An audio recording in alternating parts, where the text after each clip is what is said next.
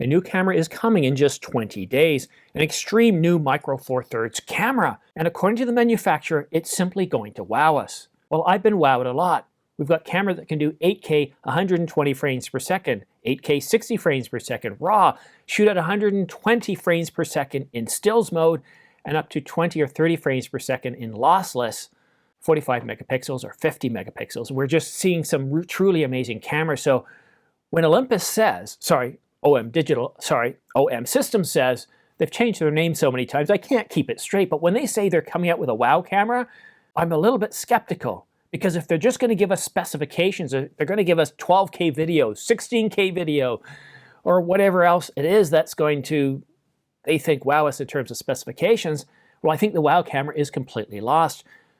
However, if they change the entire workflow, if they look at the iPhone 13, and if they look at how Apple is able to deliver photos and video and borrow some of that workflow, so once you take a shot, it's so easy to get that shot and publish it, do some effects, then that would certainly wow me, because they've completely changed how photography is done or videography is done on stills hybrid cameras.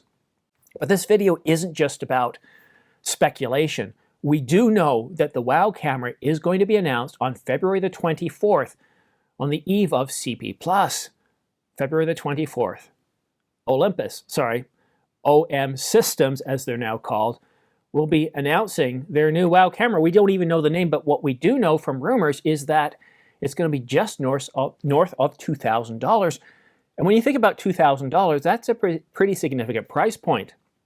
This is far from entry level. In fact, when it comes to full-frame mirrorless cameras, you can purchase the Canon EOS RP for $999 at regular price and $899 on sale. And there's many other cameras in the full-frame sphere that are south of $2,000. So it does have a high price point. Just over $2,000, $20.99, $21.99, or maybe even $22.99. But what is this going to have? Well, OM Systems has told us that it is definitely going to stick with Micro Four Thirds.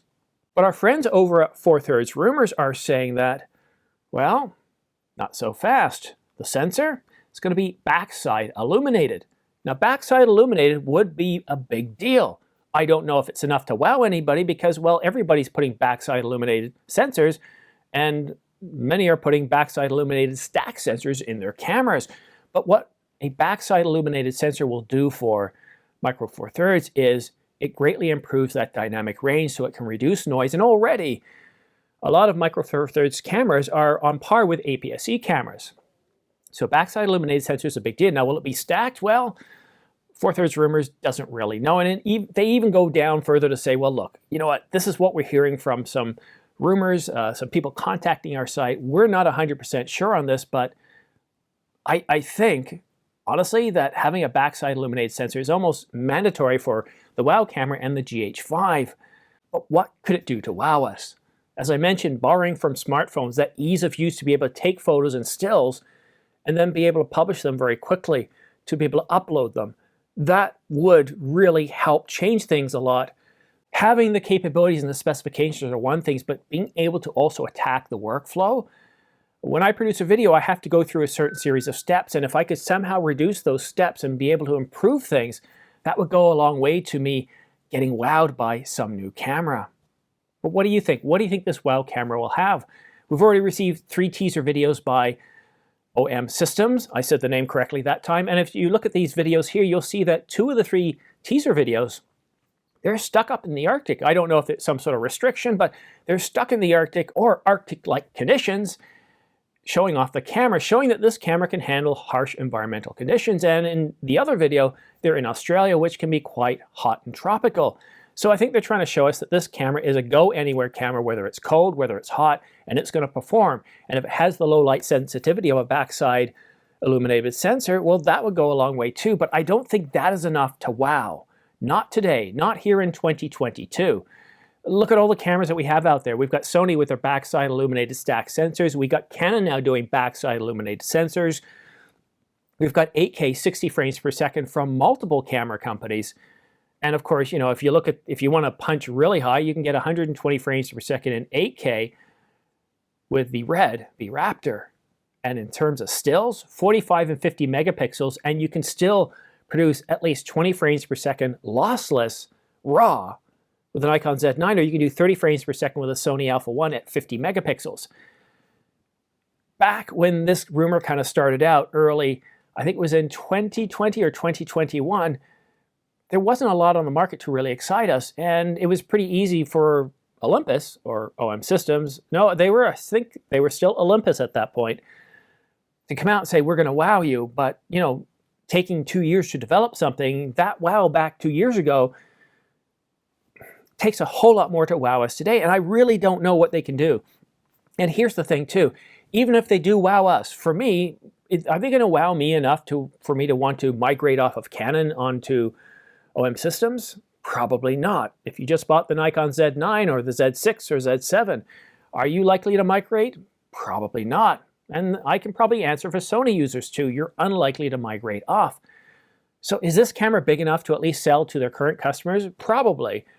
Get them to upgrade and get into this new wow camera. But the problem is they need to attract people outside of their own ecosystem. Olympus has somewhere around, I think, 7 to 8% global market share, and that's not a bad place to be. It's better than where Panasonic is at somewhere less than 5% units shipped worldwide, according to 2020 SEPA numbers.